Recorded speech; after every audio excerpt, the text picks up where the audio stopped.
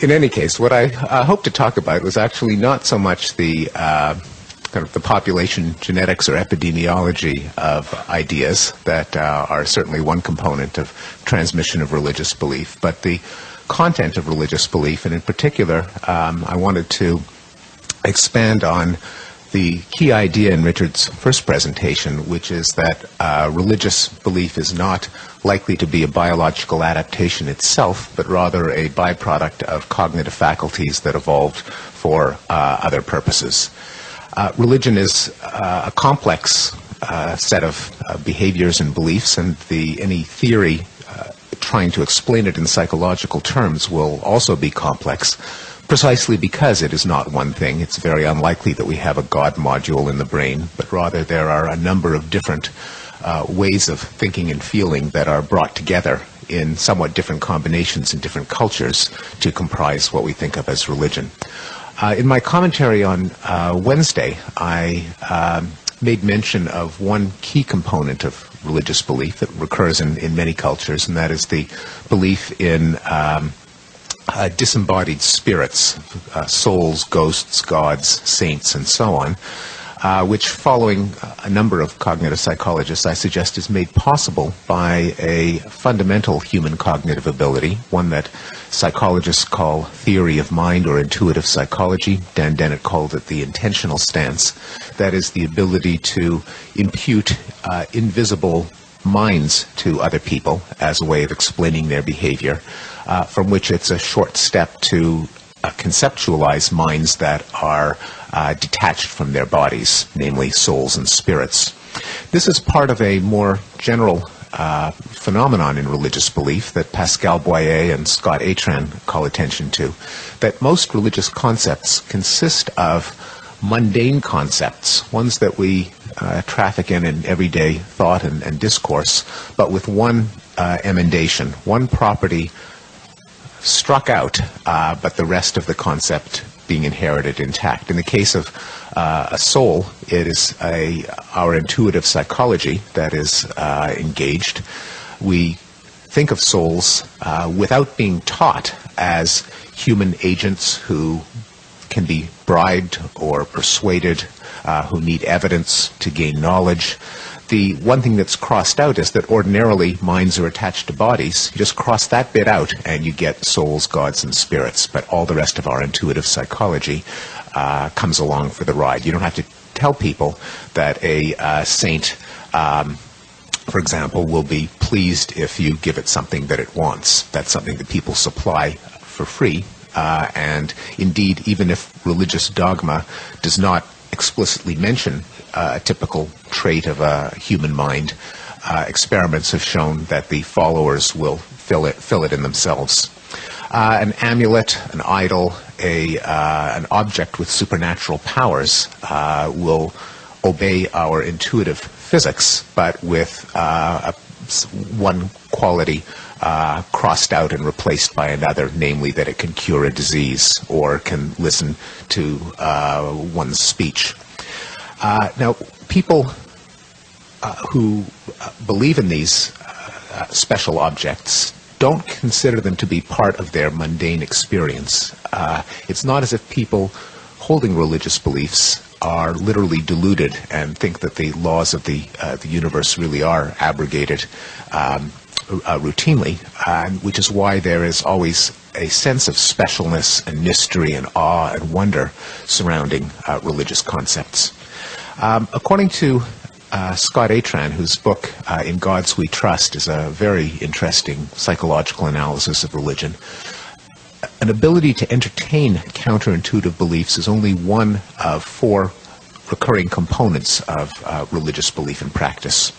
Another one is that once one is told of these special, awe-inspiring entities, one tends to link them to existential problems that all human minds can face, such as the certainty that we're going to die, the high probability that various tragedies will befall us, such as illness, defeat, betrayal, and that it's a natural connection for people with very strong desires to have some control over these existential issues in their life to appeal to this mysterious world of wonders, the disembodied souls, objects with magical powers.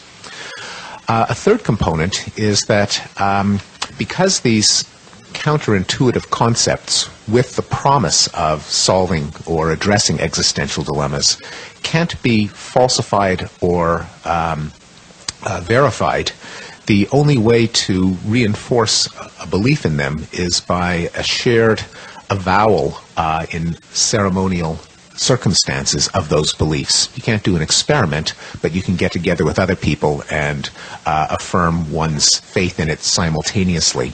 And this third component of religion is ceremony, ways in which a group of people share a common belief and also reinforce their solidarity as a group through a number of psychological techniques. Now, Richard alluded to explanations of religion in terms of group selection, namely that groups with particular beliefs might be more formidable in battle than those without such beliefs, and therefore like-minded groups will proliferate at the expense of ones without religious belief. Richard was skeptical of that kind of explanation, as am I, as is Atran, who points out that group solidarity in fact benefits individuals to the extent that defectors, cheaters, can be controlled, that a group of people acting together, and this for reasons explained very lucidly in Richard's book, The Selfish Gene, can enjoy a number of benefits of cooperation, but are always vulnerable to those who would seek to enjoy the advantages of group membership without contributing to the common welfare. And policing possible cheaters and defectors is the fundamental problem in group living among non-relatives. So religious systems often exploit our emotional and cognitive faculties in order to weed out defectors, to make sure that people who are enjoying the group benefits pay their cost. And one of them is public costly commitment. That is, to become a respected member of the group, you have to prove that you're willing to contribute to the to the commonweal by publicly making some sacrifice that is genuinely costly and genuinely hard to fake. Sacrificing your best animals, your best crops, as in the story of the binding of Isaac, your son. In real Jewish tradition, you hand over your newborn son and say, go ahead, cut off a piece of his genitals.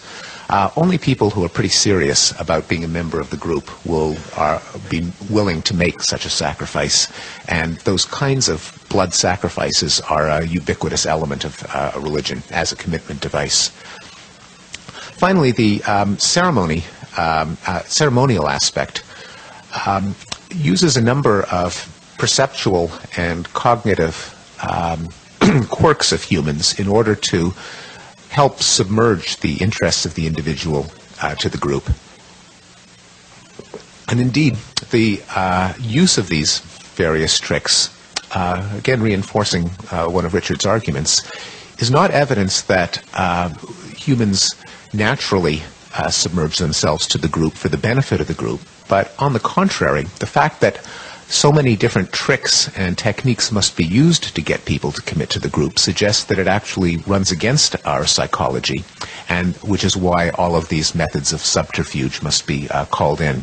A number of them actually were summarized by an anthropologist named Alan Fisk, who points out that the kind of solidarity that is felt within a family, again for reasons that Richard explained in The Selfish Gene, basically that family members share genes, so genes that foster kin solidarity will be helping copies of themselves when they cause a person to aid a blood relative. That non-relatives aspire to this degree of solidarity. It does not, in fact, come naturally to non-relatives, but they have to be manipulated into treating other members of the sect or clan or tribe as if they were members of the family. And one of the techniques is to appeal to people's kinship psychology by likening the group to a kind of family. And indeed, terms like brethren, brotherhood, our father are common in religious entreaties. And the idea is to create the illusion that a group of people who are not, in fact, related by descent, are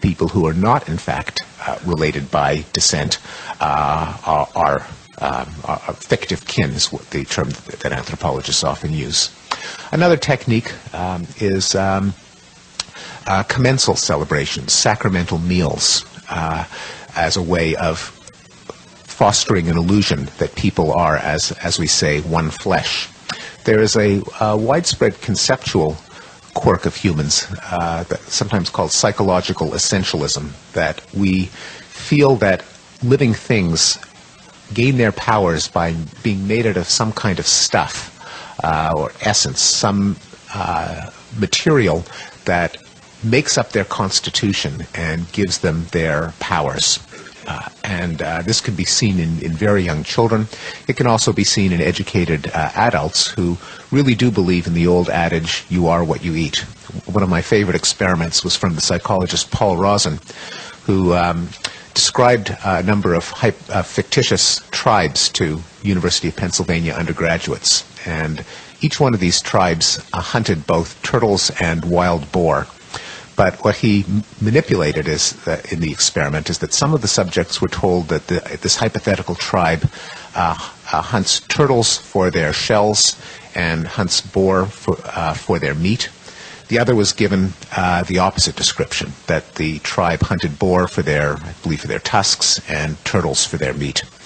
Then he asked them, after the story in which these little cues were embedded, to characterize the members of this tribe along a number of personality traits. And he found that those to whom the tribe was described as hunting boar for their meat, described the tribe as fierce and tough and bellicose. And those who were given a description of the tribe that hunted turtles for their meat described them as good swimmers, at home in the water, and so on. Ivy League students. I don't know if it's been replicated at Harvard, but I have no doubt that it would work. The punchline is that the widespread practice of cementing solidarity in belief and in other human commitments is very often accompanied by sacramental meals. The idea being we all eat the same stuff, we're all made of the same stuff. And yet a third technique is ritualistic repetitive motions, bowing simultaneously towards Mecca, standing up and sitting down at the same time, engaging in simultaneous coordinated postures. And this, I suspect, exploits a property of human perception, which psychologists call the Gestalt law of common fate, namely when objects move in a parallel trajectory, they're seen as being grouped into a larger object. An example being when you see a flock of geese flying south in a V formation, one can see it either as individual birds, or it sometimes really looks like a flying V, as if the tightly coordinated motion gives the illusion of it being one large object instead of a collection of small ones. Now, that's not why the geese do it, but it might be why the congregation does it, that if one sees several hundred bodies moving together, one feels as if one is part of a larger superorganism, which is that much more formidable and impressive.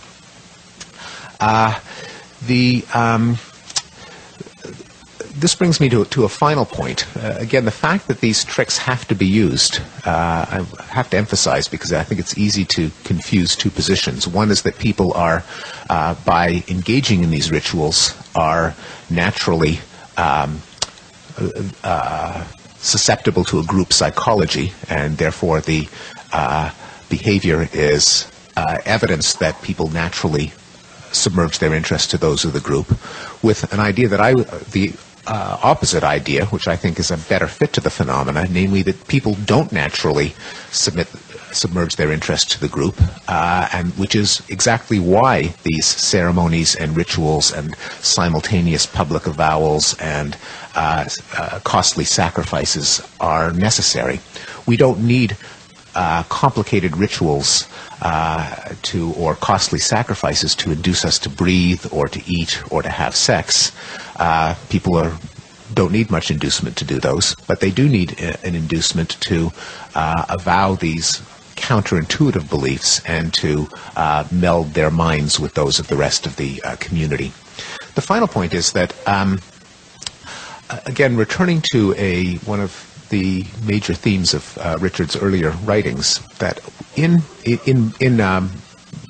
technical evolutionary biology, human religion is not the only example of animals making a paradoxically self-sacrificing kinds of behavior that biologists often will see in snails, in birds, and in all kinds of creatures, behavior that would seem to go against the fitness of the individual. And I think one of Richard's most interesting contributions to technical evolutionary biology is that this paradox can often be resolved by asking not what good is it for the snail to sacrifice itself to the birds, but rather could the snail be being manipulated by some other organism, and so the snail's self-sacrificial behavior may not be to the benefit of the snail, but to the benefit of, say, the parasite inside the snail that is pulling the strings and pushing the buttons of the snail's nervous system to get the snail to do something that, in fact, runs against the snail's interests, but that is compatible with the parasite's interests. And in solving the puzzle of self-sacrificing behavior in the context of religion, the right way of framing the question, in the spirit of Richard's theory of manipulation, is not what good does it do the individual who's prostrating himself in front of the gods, but what good does it do the religious leader to be able to manipulate the flock to sacrifice themselves for the benefit of the group and indirectly for the benefit of the leader of the group. And another widespread constituent of religious practice is, first of all, the fact that there are religious leaders, shamans and priests and so on, but that they also cleverly abase themselves in front of an even higher power, this hypothetical disembodied spirit, this world of wonders to which they have privileged access. And in fact, sometimes it's rather convenient to invoke an invisible higher authority in order to get what you want in situations of conflicting interests, such as bargaining and threats.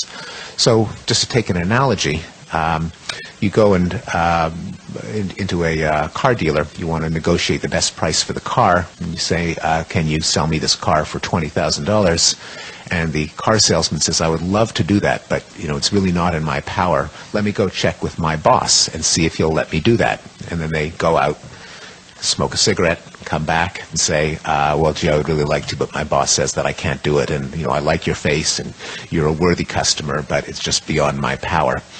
So I can only sell it to you I can't go a penny less than $22,000 as much as I would like to. So that dynamic of sacrificing control in deference to some higher authority, especially one to whom you have exclusive access, is actually a rather clever negotiating technique.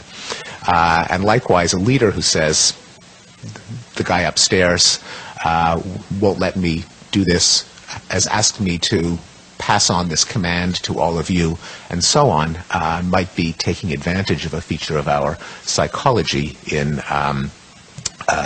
pursuing his own goals, possibly at the expense of the goals of the followers.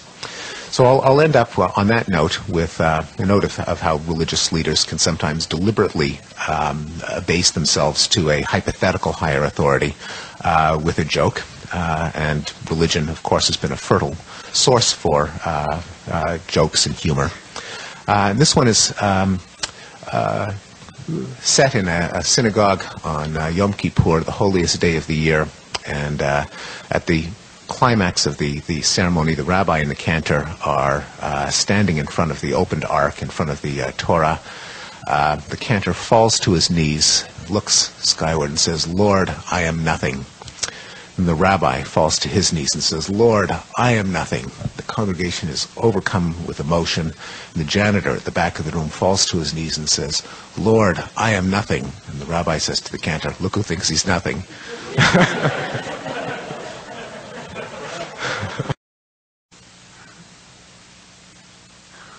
When, Steve, you say things like the idea of fictive kin or all the other various things you talked about, the idea is to create the illusion, the idea is to manipulate the people, whatever it might be, we could recognize various levels of purposefulness in which that's going on. You seem to be coming down on the side of it being powerful individuals, priests, political leaders, shamans, etc., who manipulate other people by using religion. And that certainly makes a very persuasive case. I could very easily imagine that happening. But it's not the only way in which some sort of purposeful agents could be manipulating us. In the case of the snail, manipulated by its parasite to get eaten by a bird, needless to say, the parasite is not intentionally manipulating the snail. Natural selection has favored those parasite genes, those worm genes, which successfully exert phenotypic effect on snail phenotypes in such a way as to improve the survival of worm genotypes, in just the same way as we normally expect genes manipulate their own phenotypes in order to propagate themselves. So this is a non-conscious, non-intentional, direct product of natural selection of genes.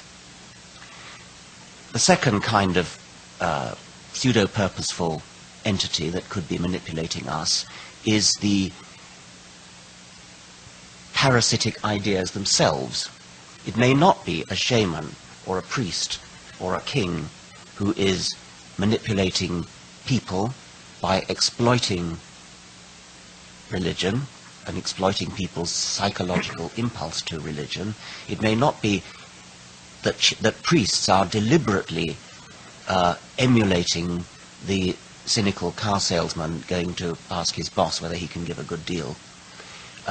It may be that the ideas themselves are favored in a world of other ideas, in an ecosystem of other ideas, that certain kinds of ideas flourish as replicating entities in their own right, and it only superficially looks as though the manipulation is being deliberately done by the human agents. Or finally, as I say, it is the human agents themselves which are doing the manipulation. And even within that, we might subdivide into those cases where the human agents are sort of doing the manipulation. But on the one hand, they might really, in a fully cynical way, like the car salesman, know exactly what they're doing, and probably don't believe in the higher power themselves, but they know that the higher power is very valuable to them politically, and so they're going to pretend to believe in it, and they're going to make use of it. That's the cynical end of the continuum. The other end of the continuum, the priests and shamans may sincerely believe in it, and yet still, at some level, may be exploiting it in ways that they at least half know is to their own self-interest. And I could imagine a continuum between those. So I suppose what I've done is erect a rather complicated set of continua within a continuum, where we go from gene selection, meme selection, group selection, if you agree with it, and then we go to human manipulation, which varies within itself from the extremely cynical to the only only slightly cynical. And I would welcome from Steve some further discussion of where he thinks the truth lies along that continuum. I agree. It's an extremely interesting issue, and one that the empirical anthropologists who study religion ought to put to an empirical test in terms of the degree to which religious leaders worldwide, including in tribal societies, are sincere in their beliefs or are cynical in them. And it may be that there is that they may be sincere at the level of their own intentionality, but cynical at the level of evolutionary intentionality, namely that sincerity can be a very good way to trick people. I think it was Groucho Marx said, the most important trait to get ahead is sincerity. If you can fake that, then you've got it made. And for reasons, actually, again, I'll go back to the selfish gene, but in the preface to the selfish gene by Robert Trivers, probably one of the most important prefaces in the history of publishing, Bob Trivers outlined in I think 2 sentences, the theory of self-deception, which social psychologists have put to such good use, namely that in a evolutionary arms race in which there is an advantage to deceiving and an advantage to detecting deception, the best deceiver will be the one who, in a sense, believes his own lies. The better not to give away the awful truth through self-contradiction or a nervous tic or sweating and so on. And this is, I think, well known in human negotiation as documented by social psychologists. And it might be a reason that, at least in their own minds, many of the leaders are not, in fact, cynical, but they believe it themselves, and it wouldn't work nearly as well if they were cynical, because that cynicism would itself be detectable. But also, again, this is, I don't mean to suggest these as answers, because they're really more hypotheses that it would be interesting to test. It may even be true that this kind of group-wise self-deception can arise even if there isn't any one leader who benefits. And I think we both agree that the religious situation that we're most familiar with, the Abrahamic religions, with the single all-powerful deity and the political/religious hierarchy, is not universal in religious beliefs. That there are also pantheistic beliefs and cases in which there isn't necessarily a religious authority, some pope or high priest. But there still might be a dynamic in which all the members of the group, it's in the interests of all the members of the group for some belief to be held by all the other members of the group. As in a public goods or prisoner's dilemma situation, everyone can benefit if everyone makes some sacrifice to the group, but many people would lose if some subset of people failed to contribute but got the benefits. I mean, and this is most dramatic in the case of war. If the entire platoon or brigade has solidarity and they all fight together, then they can, in many cases, succeed over an enemy. But each member has to worry that if some of the others start to defect, he would be a sucker for staying in too long, and which is, of course, why defection in a military context is so instantly and severely punished, because the whole coalition can unravel if a few members start to, because then everyone else is a sitting duck or is a sucker for going along. And so in cases where there is an advantage to the individuals of the group acting together, if everyone's simultaneously agreeing to sacrifice for the good of the group, which then redounds to the good of the individuals, each person might see it in his interest to have this belief in the formidability and solidarity of the group be avowed by everyone else. And if there is a coordination problem to which religious ceremonies might be a kind of solution, namely to set up the situation in which your brethren, as they say, are unlikely to defect. And as part of the bargain, you allow yourself to be manipulated so that you're not tempted to defect. But as long as this, in a sense, it's a manipulation of everyone agreeing to manipulate everyone else and themselves simultaneously, can be a way of enjoying the benefits to the individual of group membership and protecting it against the danger of unraveling, even if it isn't one superior authority who, by enforcing these myths and rituals, benefits at the expense of the group members. I mean, I think Axelrod's book, which sort of started out a lot of this thinking, the sort of thing you're talking about, he has a chapter on how to set up societies or set up groups in such a way as to maximize cooperation. And once again, and that's sort of what you're talking about now, you're setting up a military organization in such a way as to maximize, so every individual can maximize their benefit. But organization in such a way as to maximize, so every individual can maximize their benefit. But again, I'm curious to wonder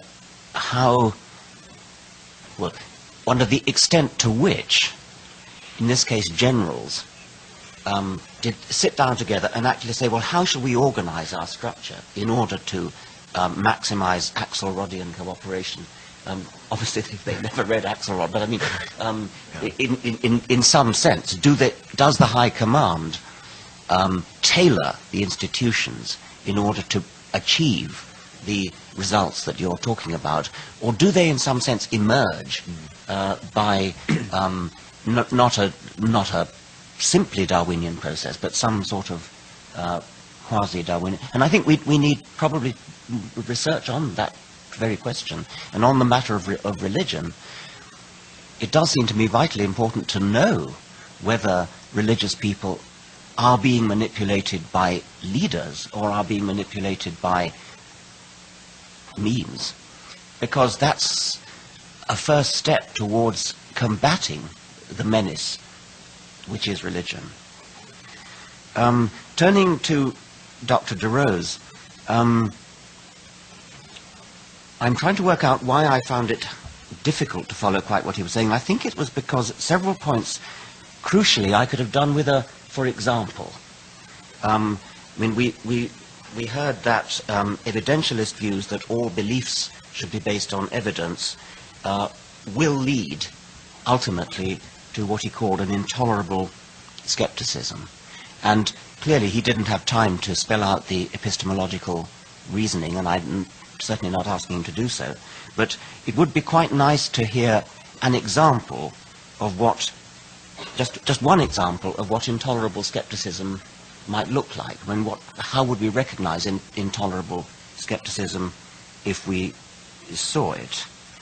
So perhaps in a moment he might respond to that.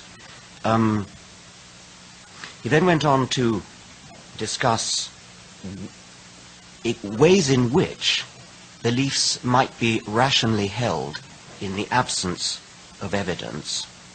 And he invoked the idea of parity, which I understood to be something like this, that we accept certain perceptual beliefs as the fundamental evidential data which we just accept, and we can't prove that they're valid if we see something and we just believe it's true.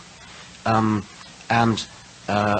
by analogy with that, it may be that some of the experiences which mystics and other religious people report as, I have experienced God, and this experience is just as real to me as my experience of this microphone or this book.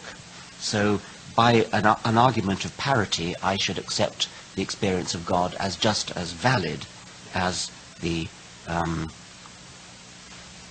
experience of my own eyes. Dr. DeRose himself was not wholly convinced by that, and he went on to talk about the reason why you accept your primary perceptual data is rather more that they all hang together, they make sense in the context of each other, and I could warm to that. That seemed to me to be a rather promising approach, and I suppose if you wanted to apply that in a positive way to religion, you would say that in highly evolved religious systems, the various experiences that people within one religion, within one religious tradition report, hang together in some sort of mutual coherence. But that set me thinking about the reason why scientific beliefs are, I think, so much more persuasive than either religious beliefs or than simple perceptual beliefs. Everybody knows that visual illusions and other sensory illusions are remarkably persuasive. So actually, we don't necessarily trust our sense organs. Our sense organs quite often do mislead us. How do we know they mislead us? Well, we know from, again, hanging together scientific data, which are a whole corpus of experimental data, of theory, of observational data, all of which hang together in the same kind of way as I think he was implying for religions.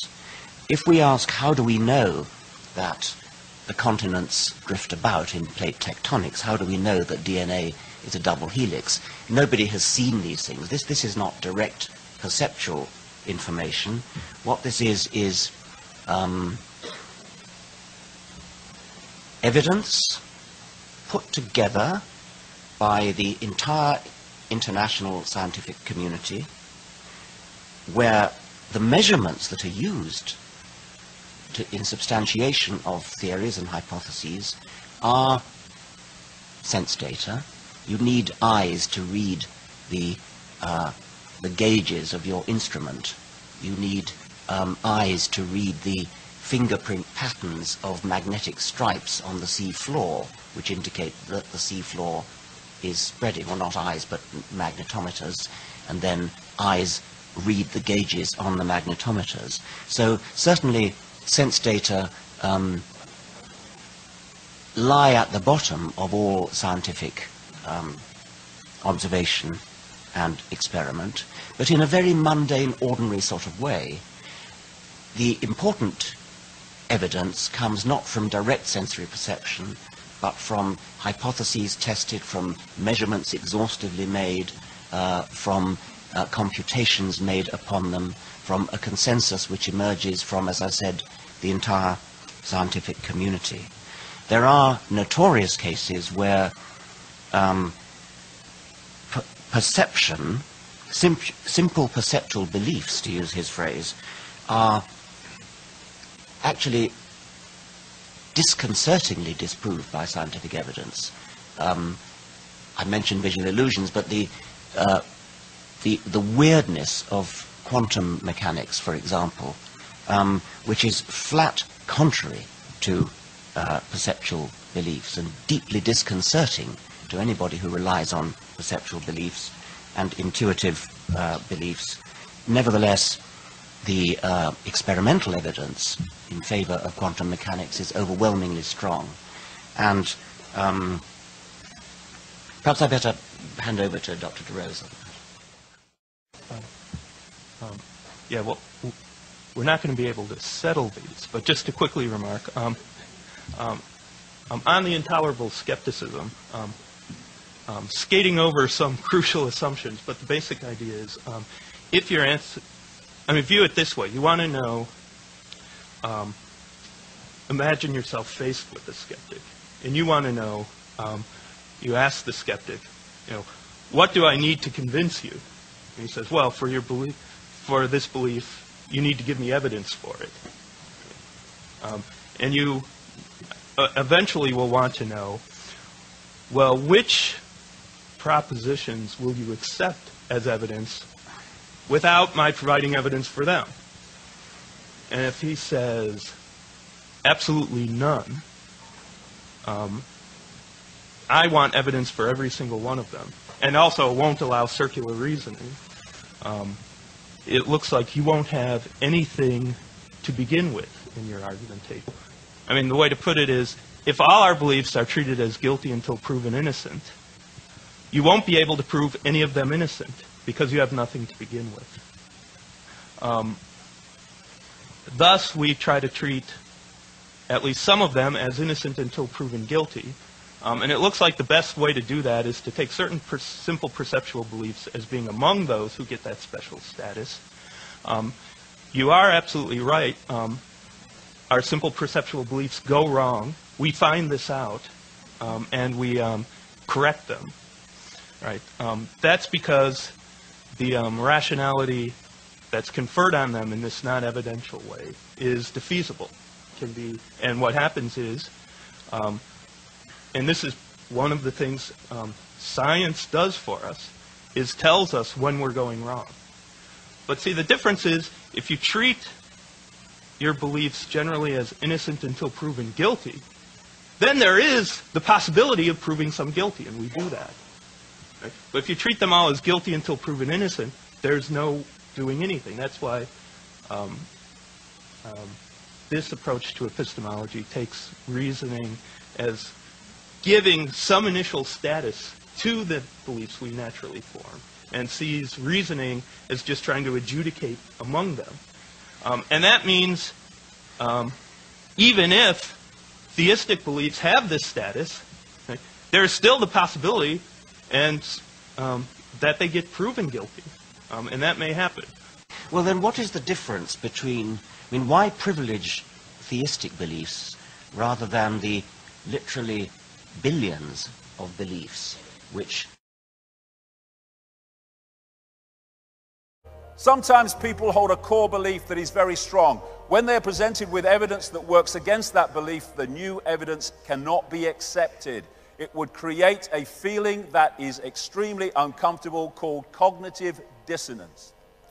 And because it is so important to protect the core belief, they will rationalize, ignore, and even deny anything that doesn't fit in with the core belief.